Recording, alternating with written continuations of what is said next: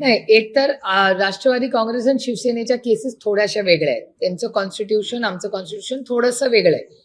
आणि आम्ही क्लब करा ही आमची पहिल्या दिवसापासूनची मागणी आहे की शिवसेनेची केस आणि राष्ट्रवादीची केस क्लब करा.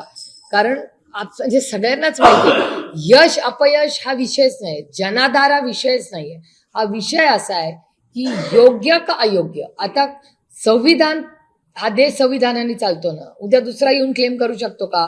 उद्या कोण श्रीलंका म्हणू शकतं का भारत माझा आहे? तर नाही ना.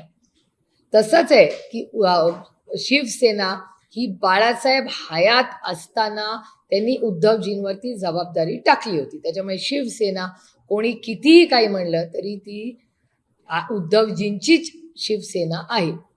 आता काळानंतर काय झालं हे तुम्ही सगळ्यांनीच पाहिले.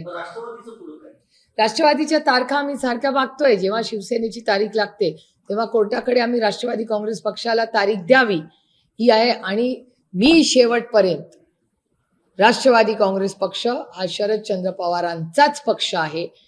चुकीच्या पद्धतीने त्यांच्याकडून काढून गेला.